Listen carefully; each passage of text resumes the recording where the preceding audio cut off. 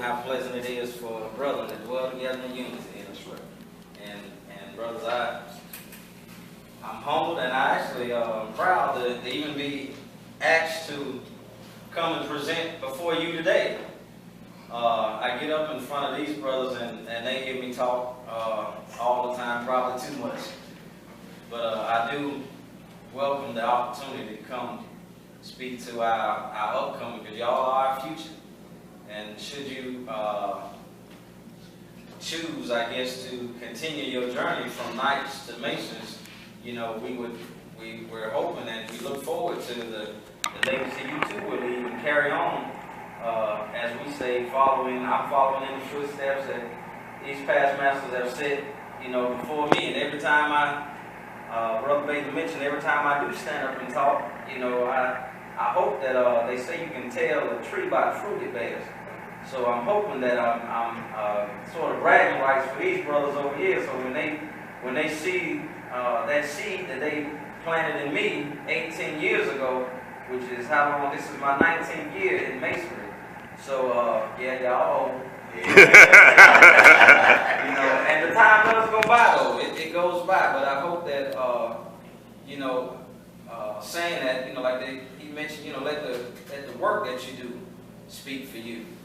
You know, so I hope that the work that they put in me, I hope when I do stand up, they can each of them say, you know, man, I had something to do with that. Or, you know, I was right there. I walked with him, and I remember when he sat right there in that seat. Y'all might not know nothing about that. Yeah. He sat right there in that seat. And just to see, you know, and I look back over my own life and see where I came from. And this process, even the process, believe it or not, that y'all are going through, and we say men, but y'all still young men. And what it will do is make you a better man, and a better person, and a better young man. And I listen to each of you talk and what you had to say, even with your grades. I'm proud of you. You know, I'm proud to hear how you say how you treat the women in your life, and even with the personal improvements that you see that you can make in your own life. I hope you're taking those steps to do that. You know, because I'm a firm believer in the classes that I do up here. I tell them the way you practice is the way you perform. And that's even in life. You know, those things that you do and continuously do will determine who you are and where you're able to go in life. But having said that, I did mention my name is Brother Todd Corley. Like I said, I've been in masonry for 18 years. I am actually a double graduate. I graduated my first time in 1990 and again in 94 from Winston-Salem State University. I have a double major in computer science, information systems, and business.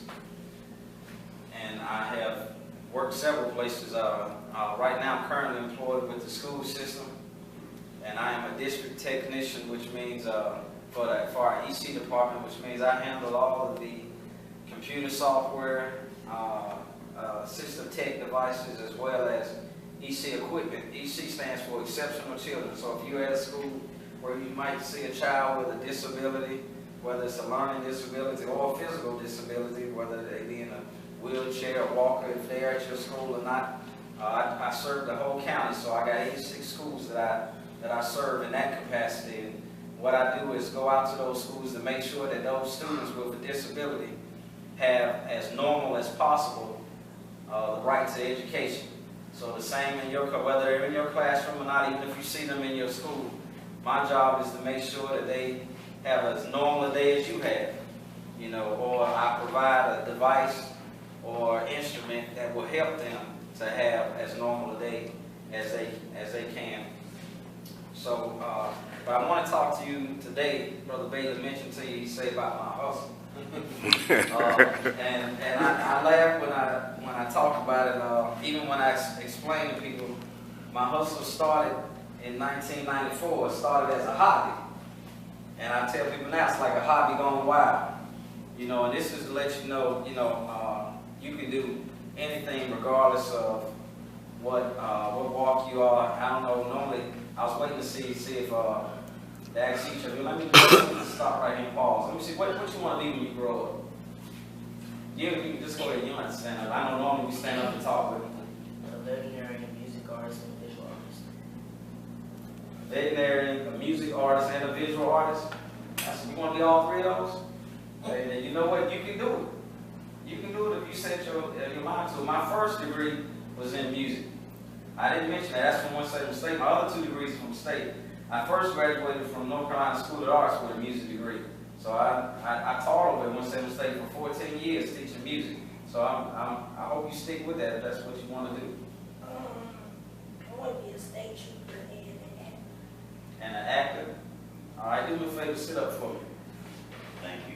I appreciate that. And stand up for me again. I'm going to tell you, this is a pet peeve of mine. Let me say, hold your shirt up. Hold your shirt up. Hold your shirt up. Don't pull your arms up. Hold your shirt up. Take your hands and pull your shirt up. Pull it up so I can see. All right, now pull your pants up. Thank you. Thank you, brother. Now, go ahead. I'm going to come back to you, though. You undecided? What you want to be? All right. I want to be an NBA player, basketball. I can't. NBA player or basketball player. NBA, basketball player, all right. Probably when I go to the Marines, Army, Air Force, or go to the NFL. Or the NFL? All right. Well, whatever you aspire. And I'm going to tell you, one reason I say that is because if you can conceive it, you can achieve it. You know what that means? Put your mind to. You can do anything you put your mind to. If you can conceive it, you can achieve it. That's whatever it is you want to do. From those to those. The only reason I didn't do that to single you out or break you down, but I tell people now, you are who people think you are until you show them different. You are who people think you are until you show them different. If I didn't know you and somebody came and told me something about you, even if they plant a seed about your name, even if you hadn't done anything to me, sometimes before you show me different, I already got a preconceived notion in my head of who you are. And you shouldn't judge a book by its cover, but we do it as humans. But you give them some sight unseen. As soon as I saw you, if I saw you out in the street like that and I was looking for a person to hire you would not represent the image from my company. You are who people think you are until you show them that you can be the nicest person in the world. But just by that right there, you got to, I know they're going through this thing now with freedom of expression. I know, but I tell my kids the same way because I work for the school system. You ain't the only one with that last name. I tell my son that too. And when your pants hang off, and see they got the thing now when their pants hang off, they still got a belt on. Y'all know, I know y'all think it's cool, whatever it is. You entitled to your own period. But that's telling me your belt need help. I'm just telling you what I do for my son. Because I got all kind of tools and stuff I work with. So I took my little string, and his belt just so happened the assistant principal saw him. And I didn't do it to embarrass him because me he'd already embarrassed himself. Standing in school in public with my last name with his pants hanging off his body. And had a belt on. That's not the way he left the house because he don't play that. So I took my little string and tied his belt up. His belt needed help.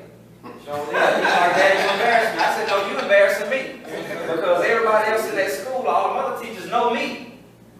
And they know I don't tolerate that.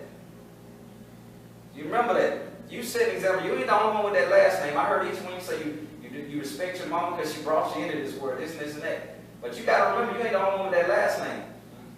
You got to set a standard. Set a standard for yourself. Each of you need to set a standard for yourself. But I did. I tied his belt up and I told him he better not take it loose because the assistant principal had just before he even saw me had said something to him about the same thing. He said, you know what? I know your daddy. I wasn't even there trying to do that for him. I was just really coming. I had a work order. Just happened to be at his school that day. I had a work order at school and said, oh, I'm going to eat lunch with my son. My son booed up with these other 3 girls. They call him Big D. I said, that's all right. I told the girls, don't worry, Big D will be right back with you. He was having what I call a wardrobe malfunction. So it was my duty to help him, with his wardrobe. But I just say that because, hey, bro, we got high aspirations for you, and I want you to respect yourself, And if you're a part of the Knights, man, I know these men are instilling great things in you because they did that same thing for me. Same thing for me. And I want you to have high hopes for yourself, man. Set a standard for yourself. Hey, I like the sock color, though. I'm gonna tell you, man, you sharp. I don't think I'm joking, but I'm gonna take that outfit from me, but I want to talk to you right about your dreams. I asked each of you about what you wanted to be. Like I said, I do have degrees in information systems and business, but my hobby going wild is wood carving.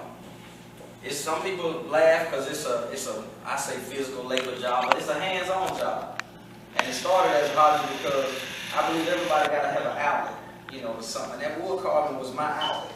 You know, I go in the garage or I sit on my mama's porch and I would carve. At the time, I had just graduated state and I was drum major over there, and I just got a thing about it. I love the band, like I said, I told you I like music.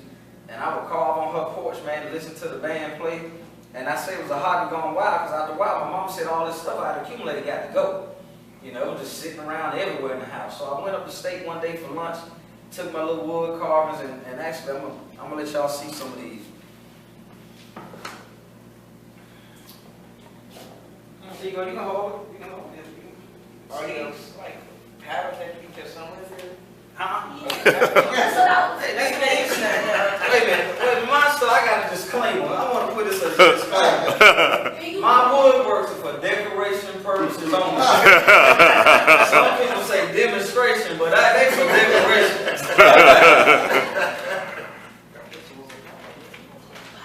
That's beautiful work. Do you make necklaces? I do, and I did leave some stuff out in the car, but Yeah. I'm gonna pass them around and just take a look at some of those.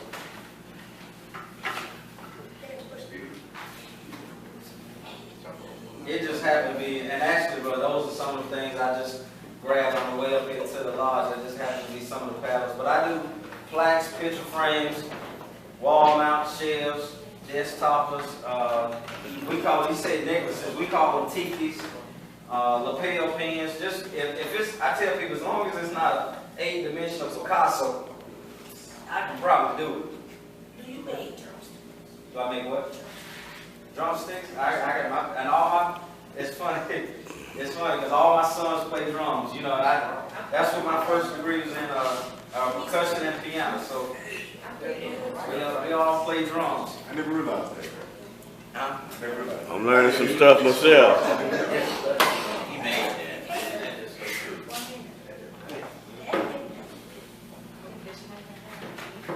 But I want to say, see, and how I got started was 1994. I pledged in the fraternity, Phi Beta Sigma fraternity. And when we crossed, of course, you know, everybody would get what we call line gifts. Would be, you know, somebody would get you something for crossing, some type of gift or whatever. And back then, you know, everybody that went to the same store, of course, you ended up with all the same stuff. So I got tired of seeing everybody with the same stuff I had. So one way to prevent that from happening was to start making my own. And see, even now, like Winston-Salem State, when they have their homecoming parade, and even though the campus has developed a whole lot over the years, those floats that you see in the parade, they would take to what we call a lower football field, and they would break all them floats down. And I just went up there one day and asked the man for the wood, and he was like, you know, take what you have. So that's really how I would take that wood. Like I said, I would sit on my mama's porch or somewhere and just carve stuff. And I started bringing my, yeah, you can just sit there. I still had the very first item I carved for myself was a little double-sided paddles with X-Acto knives. Man, it took me forever to carve that. And because I was just chipping away, breaking off the corners, the rough stone. Chipping away. And and the thing with the wood is I already knew, you say you want to be a visual artist. Visual artist sometimes, and the first word is what? Visual, what does that mean? See. To see. And that artist means to create. So by sight, you're creating what you see, even with that wood. I already see, even though it's a blank pattern or a blank piece of wood, I already see my end product. All I'm doing is breaking off the pieces of wood that I don't want to end up with what I do want, my finished product. And in 1994, I took what I had from my mama's house up the state one day, and I just set up a display at lunchtime. And I made $200, and you couldn't tell me I wasn't rich. $200.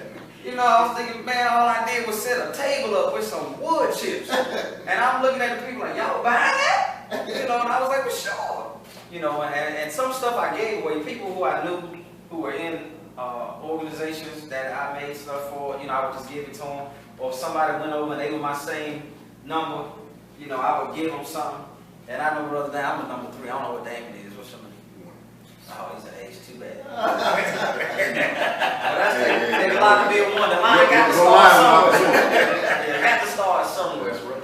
But brothers, it just grew from 94. It went from me giving stuff away, and especially when I ran out of that wood from the homecoming parade, when I started having to buy stuff, then I started having to charge people. You know, so that's why I say it's a hobby that gone wild and sort of turned into a business. But I had that same vision. I said, man, I can see this going somewhere for me. Yeah, I had my information systems degree, and I had a business degree. You know, so you know, I had other things, and a lot of people will tell you, you know, 78 to 80% of college graduates take a job outside of their major just to get in the workforce. You know, sometimes you have to. I tell people, you do what you have to do before you do what you want to do. Some businesses tell you, just get in the door. You know, and I tell them even now, a job is better than no job. A job is better than no job. If when you get older, brother, as long as you ain't out on that corner saying I work for food or the sign or something, you know. And I found out the other day that's a scam. You know, just the other day, and I was telling my daughter, we was walking around and somebody had a sign and the news followed them. And saw that they went around the corner and got into a nice car. Changed clothes and went out shopping, had the little Ugg boots on it. I said, but it takes away from those people who really need, you know, who are really homeless, that they were turned to scam into that way. I just want to let you know, even with this, brothers, you know, working, having a job that requires physical labor as far as with your hands, doesn't make you less of a person. You know, and it's all right, like you say, you know, you want to be the NBA players and the NFL players, and I'm glad the first thing Brother Rucker asked y'all, you know, was even how your grades were in school, because you'll need that to fall back on, because you know you're only as good as your athleticism hold up. Y'all know that, right?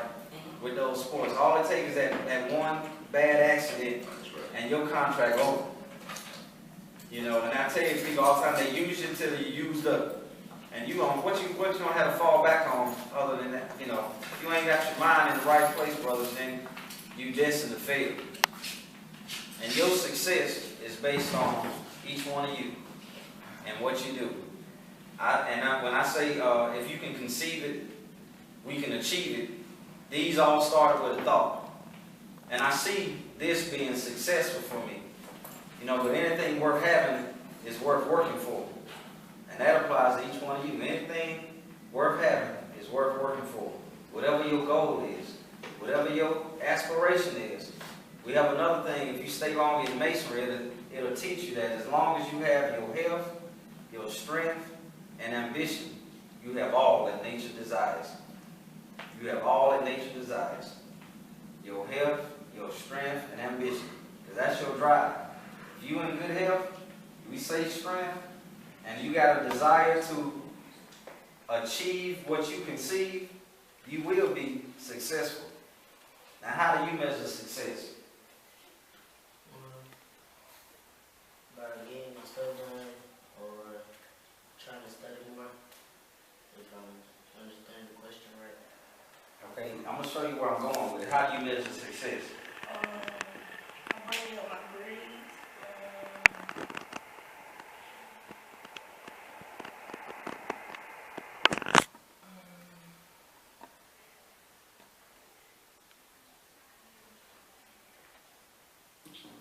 Yeah, keep my work. Keep my work right. Keep going. How you measure success? Well, I would say get what you need to get done. Like,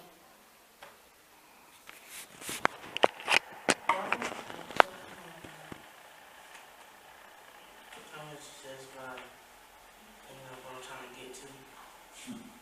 Like, how hard I have to work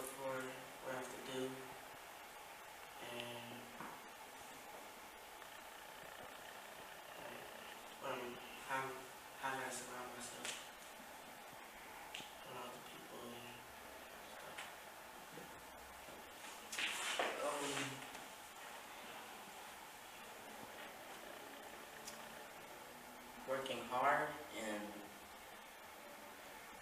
doing things like maybe more than once, just to get to accidentally lose it, maybe to make sure that you can get to what you're looking for, or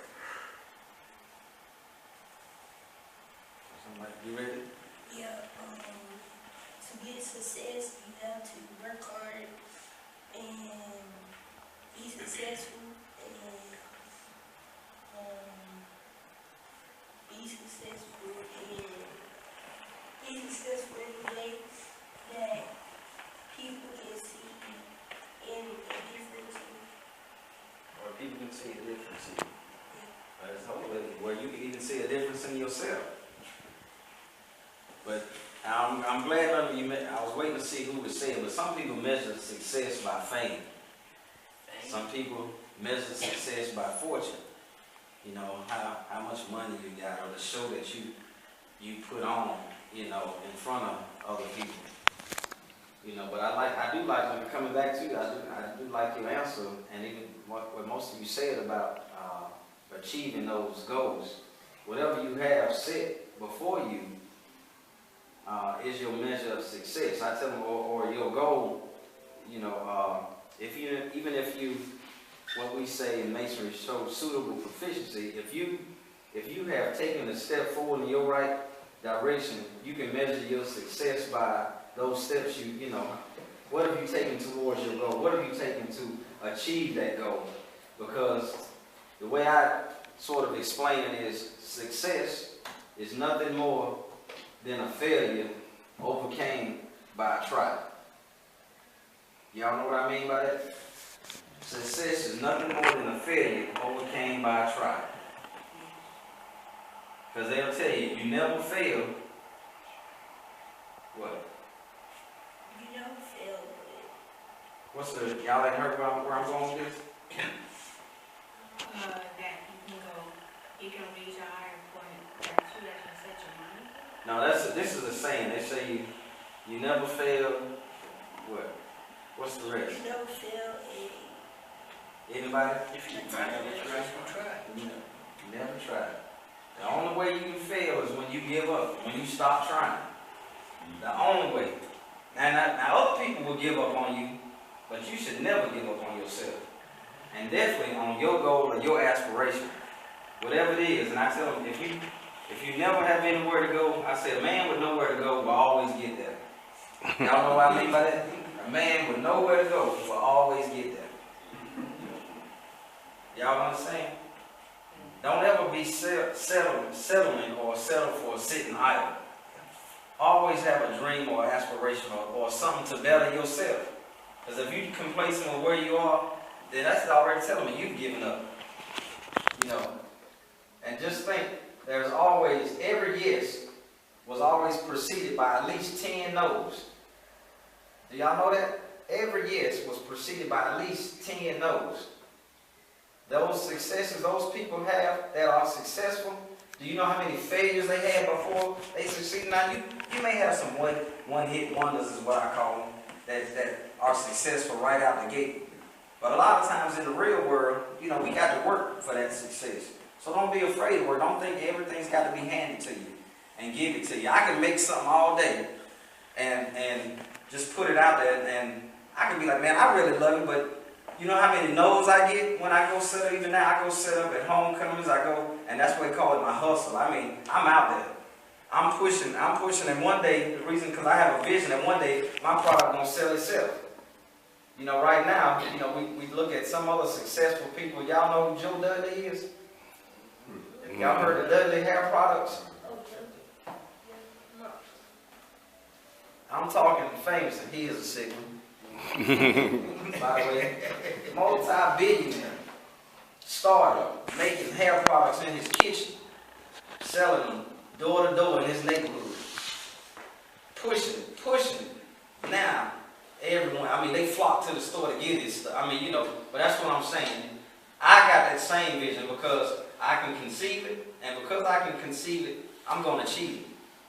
I get no's all the time. I'll come back to you. I'll be on your web page. I get that. Just give me your business card. Give me your number. I call you. You think I hear from those people?